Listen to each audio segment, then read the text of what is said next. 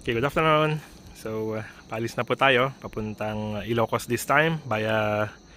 Galing tayo ng Baguio via Marcos Highway. So, again, 360 check. Gulong, all goods. Goods. Okay.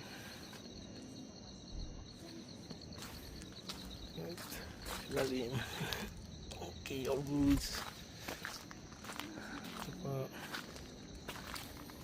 Goods.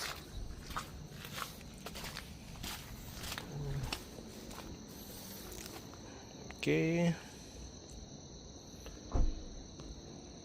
So, medyo malayo po yung biyahe natin. As usual, check po natin yung oil level, water, saka brake fluid. Okay. Okay, so open hood. And let's check.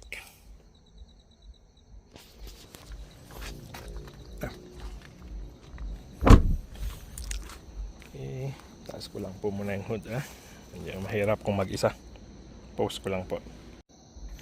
Okay, open hood na. So, kuha lang po tayo ng tissue. Okay.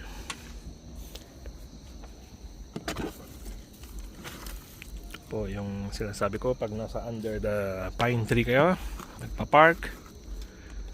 So, may mga ganito po tayong mga dumi. Okay, buti na lang napadaan po tayo. Nagbilad tayo ng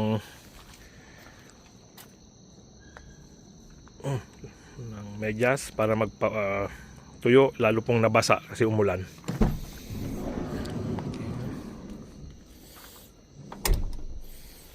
Ayan po muna. Okay. Hydraulic good, brake fluid good, water.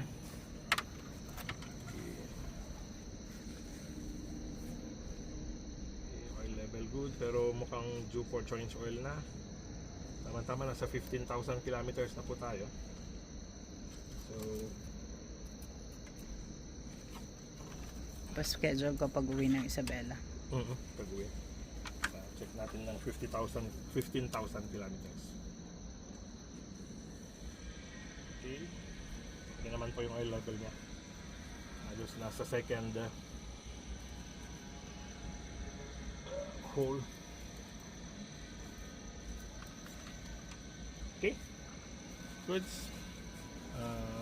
Ayan, linis.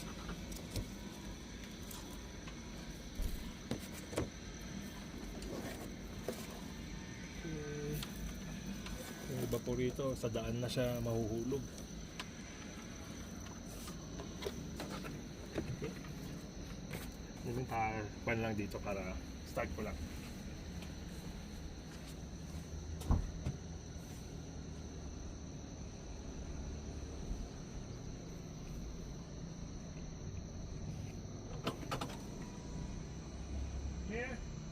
Clear.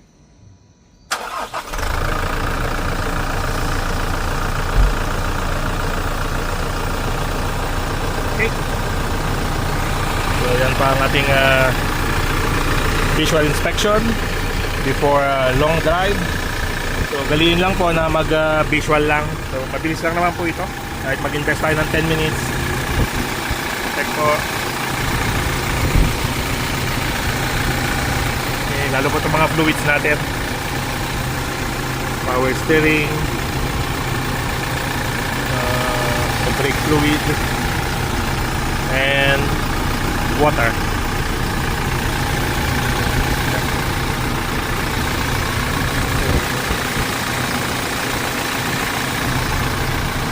Okay, so let's G.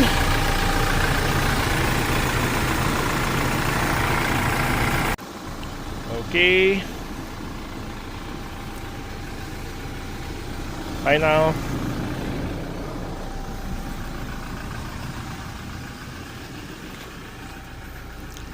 Ito yung kalat.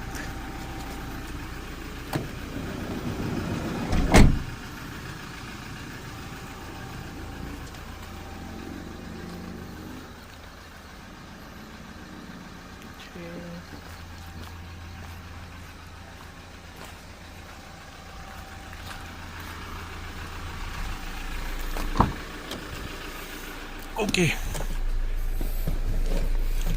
Let's G. 15,037 kilometers. Salamat po. Okay, ipakita ko lang po itong bagong setup natin dito sa Insta360 natin. Ito po yung Ace Pro, yung luma. And then kakabitan na po natin ng DJI Mic Mini. Okay, so pakita ko lang po yung ating setup. Okay, paso yung adik. So ang ginawa po natin una is nilagyan na natin ng protective lanyard kasi po minsan nahuhulog siya bigla. So delikado po siya, baka kung saan tumama makabasag.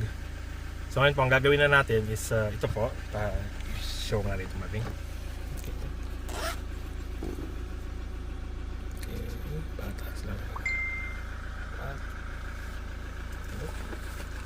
So nakabit na natin ang ating receiver.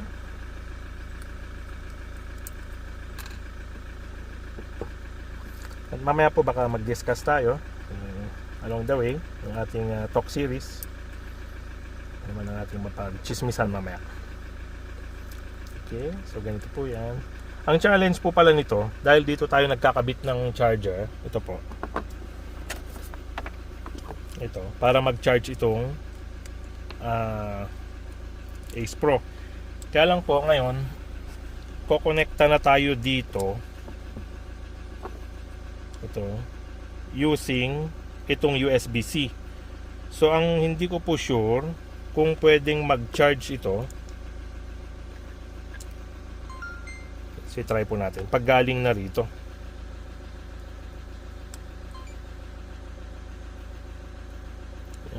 Wala po siyang indication na nagcha-charge, pero i-try lang po natin kung kaya niyang i-charge via dito sa connection na yan. Okay, so ang next po natin is kukunin natin yung cable papunta dito sa audio sa jack. Okay, so pakita ko po mamaya pag nakuha ko yung cable at nasa isang bag pala. Okay, okay, so ito na po yung kanyang audio jack cable. So gaganon nyo po sa receiver and then doon po sa audio jack. Okay, so yan na po ang ating magiging setup. Okay, so dahil nakatanggal na yung isang mic, kuwan na po ito, active na. Ngayon tingnan natin kung gumagana. Okay, so nakikita nyo po doon, active na. Nagbabago-bago yung kanyang audio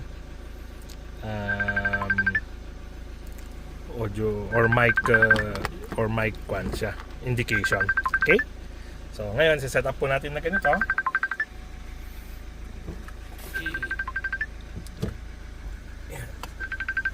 Okay,